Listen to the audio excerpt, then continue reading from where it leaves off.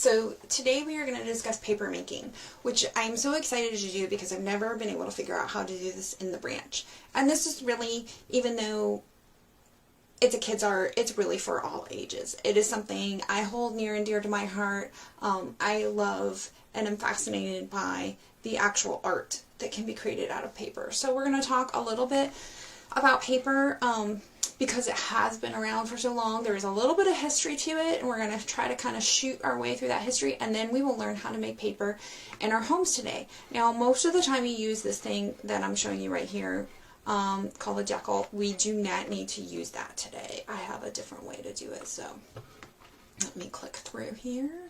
Come on. Alright, papyrus is usually considered to be the first paper. It is really not a true paper. It is made from an aquatic plant called Cypress papyrus, and let's take a look here. So this is really what papyrus paper looks like, even though it's really not a paper. And this is the plant it comes from.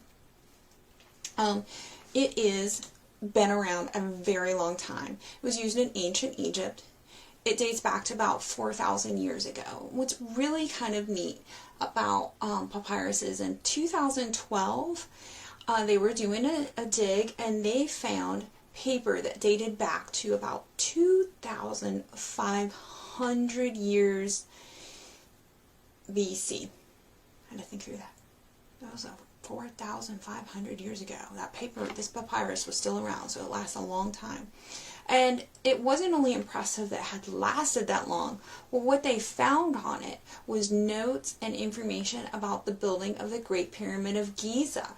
So it had a double significance that it was that papyrus was that old, and that we were able to learn some really important things from it. You know, papyrus, because it's not a typical paper, it's not a traditional type of paper, is made differently. So in order to make it, these stalks here are stripped and peeled into really long strips. Okay, then they are layered horizontally and vertically, which you can see here, and they are pressed and dried. Then they're joined end to end to make a roll. They didn't have to use glue because the actual plant was sticky enough that it would hold together, and then once it would dry, you'd have these long, wonderful rolls. Now, clay tablets are really neat. Not paper. This is writing. They were used for a very long time around the Mesopotamia area. So again, kind of near Egypt. It was the Babylonians, the Sumerians, the Hittites, the Assyrians. Many cultures around that Mediterranean area used these. Now this looks huge. They're really not huge. They date back about 3,500 years. So if you had information and you wanted to store it, would you build it on some big rock? No. These were small little clay tablets, like small. They literally fit into the palm of your hand. And what they would do is they had a stylus, a stylus, and they would carve the information on there. So what kind of information do you think would be so important that they would walk around with these little tablets and carve things into it?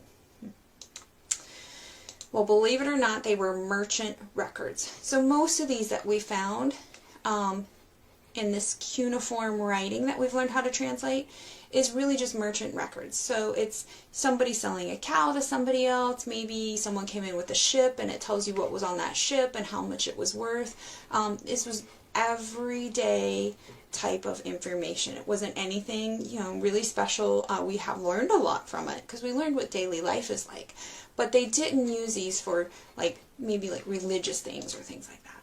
Okay, so the next thing we have is this thing called parchment or vellum. We have that today. What you see if you go to the store today to buy it is not actual parchment or vellum.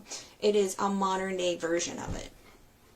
Parchment or vellum lasts a really, really long time. We still have a lot of these books around as long as they're cared for well.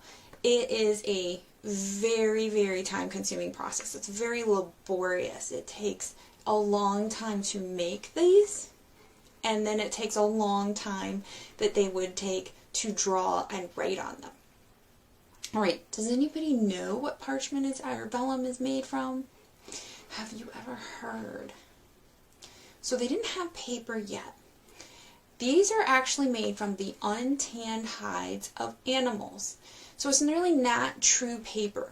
What is very interesting is it is recyclable. Yep.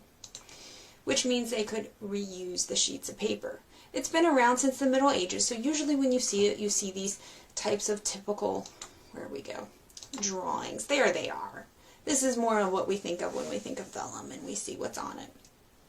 Okay, now how you make this. The skins are prepared first by being soaked in these huge vats of lime water. Then the hair is gently eased out of the skin using a knife. Then the skins are stretched out and they're scraped so that they can become really smooth, because we all know how it's not fun to be really drawing intricate artwork or writing on a rough surface. So they make them as smooth as they can. Then once they're dry, they're cut away and they're shaped and cut into these pieces of paper. What's really neat is if you ever have the chance to go see actual vellum, like in a museum or something, there is basically a smooth side, and then you can actually still tell what was the hair side. It's pretty neat. So here, this is part of an illuminated manuscript. And really what that means is, in manuscript, we see the writing here, and it's illuminated because they drew on it. It was amazing because some of this was actually gold leafing. These are really, really amazing pieces of work, and it would be little, I guess, monks that would sit in little tiny little rooms, and they would do this. It would take them years and years. It could be probably your whole life's work to copy just one book. The pages could be reused. Again, it was recyclable. They just scrape them down and reuse them because it was so time consuming to make another piece of paper. So now we have rice paper. It was not very popularly used. I use these Chinese lanterns here so you can see what rice paper really is. It's so fine and so delicate, and it is made from the pith of a rice paper tree. It just didn't last very long. We did see it in some artwork in Japan and China, but again, it was so delicate and it was so easily destroyed. The popularity just never really gained a foothold and didn't become a really popular form of paper. So now we have paper, which also developed in about 105 AD in China. It was a very, very secretive process. What Loon had done was he actually mixed together the bark of a mulberry tree, hemp, and shredded cloth rags with water. He mashed the whole thing into this pulp. Then he pressed out the liquid and let it set to dry. Very similar process to what we'll be doing in our craft today. And this made the first paper. Okay, by 600 AD, they had made woodblock printing. And really what this is, think of it almost like a stamp. So this whole thing here would be carved into a wood block, and then they could stamp it on that piece of paper. That meant that they could replicate the same thing over and over again. They had things like newspapers by 740 AD. So before the rest of the world even had paper, they had developed woodblock printing and newspapers. They were way ahead of the game. It eventually spread to Japan, Korea, and even Turkey. They tried to keep it a secret, but it got out. So why are we talking about a battle? We're talking about paper. Well, the Battle of Talas, the Chinese army was defeated, and during that battle, the Ottoman Turks captured some of the Chinese paper makers, and they were able to learn paper making from those prisoners. So about 50 years later, the Turkish paper making really, really started and took off. It took them about 50 years to really kind of learn and perfect that process. Okay, then the Spanish came in during the Crusades. So again, another war. Spanish came into the Turk area, Constantinople, and they learned this paper making process, and then they took it back to Spain. All right, here we go. Oh, and we have water wheels. Yes, that's very important. The Spanish started using these water wheels, and what that did was that helped a lot with the labor. So instead of one person having to stand there and stir and stir and stir, they use these water wheels, and it's hooked to something inside, and that would help move the vat of material and turn it into pulp. So the whole controversy came, should they use paper or not? Here's this great new thing, but maybe it's not a good idea to use it. Now, why would you not use something so easy? Well, let's think about computers. Why don't we use computers sometimes? Maybe it's too new. Maybe it's too buggy, so things go wrong. Well, paper was kind of the same way. It was a new technology, believe it or not, and so it was literally buggy. Bugs ate it all the time. It didn't last very long. Well, why are you going to put really important stuff on something that may go away and like literally get eaten or go away in like a month or two or more? So, paper, using paper for a lot of things was not popular. Then along came these paper makers of Fabriano, and they had all kinds of new innovations. There they are. And you can see it really took off. They had things like, they used linen and hemp.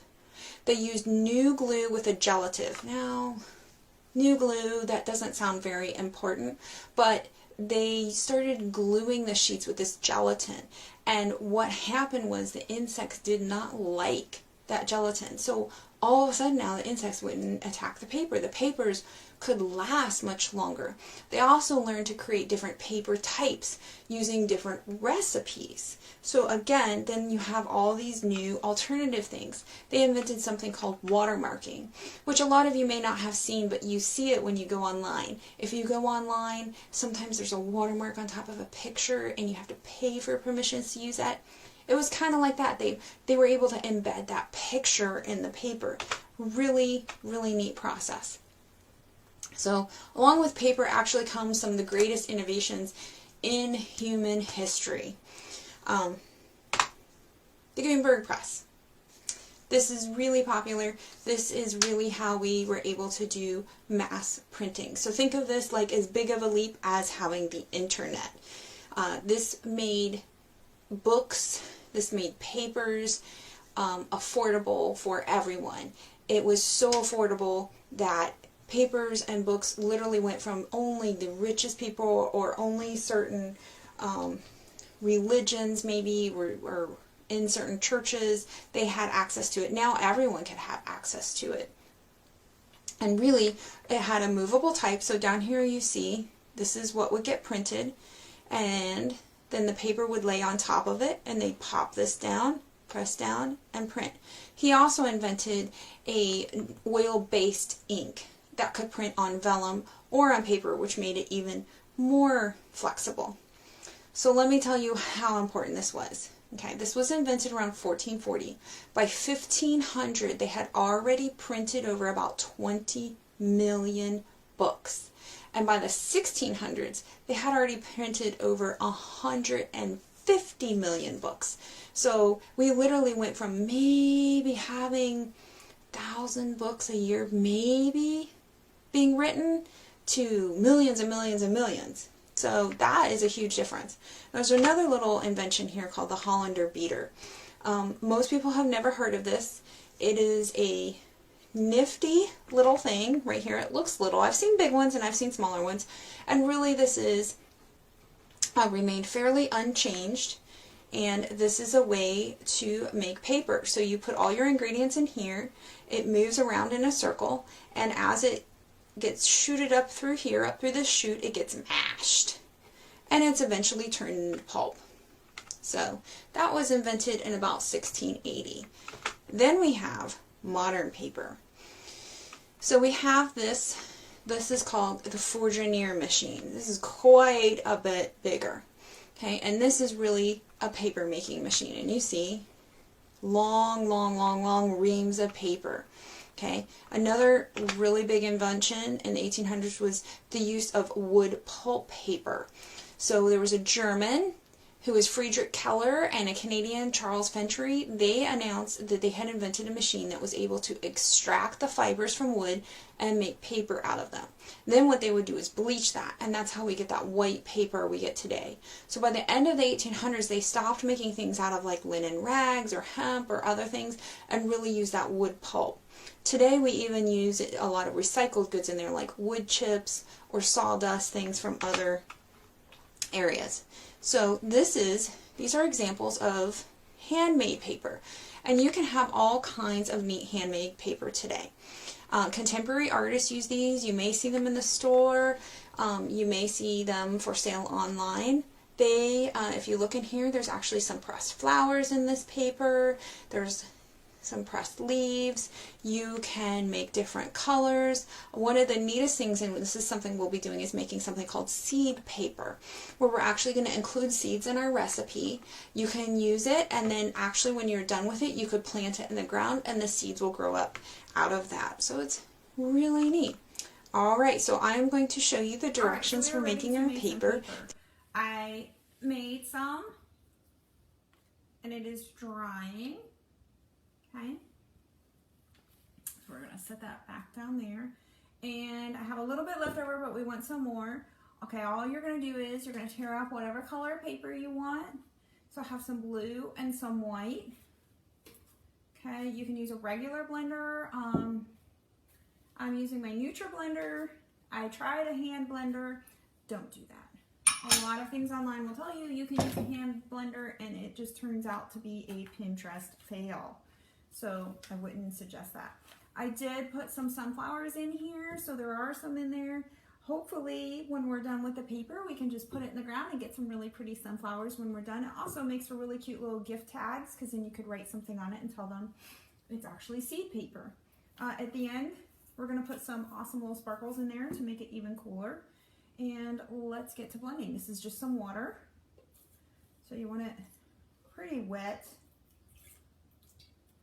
because we need to turn this into like pretty much a slurry. Ooh, that doesn't sound good.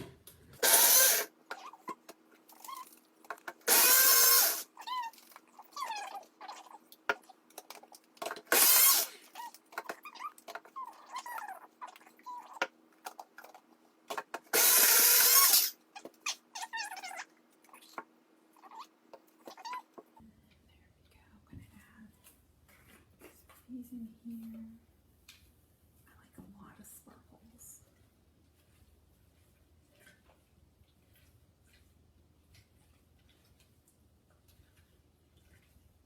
Yeah, it's not even enough sparkles for me. Okay, here we go. Oh, that looks much better. Okay, so we have a really nice paper slurry. I'm going to take this, and this is going to actually be my frame. I am going to put plastic down. I did not have any wax paper or any saran wrap, so I took a plastic bag and I cut it. You know, just a grocery bag cut would work as well. It just makes it easier for flipping out.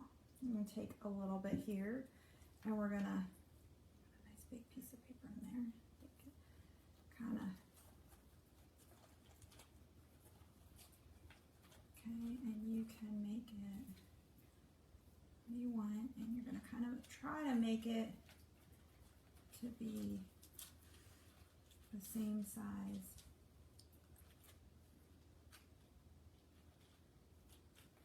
All right, okay, that was pretty good. It's way too juicy. So I'm going to use a towel, and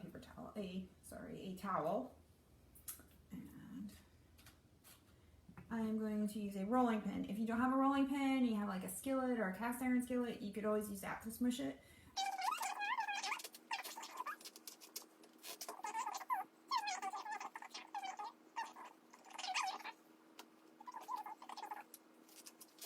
One more time. Oh yeah, that's better. Okay. So let me move these out of the way. I am going to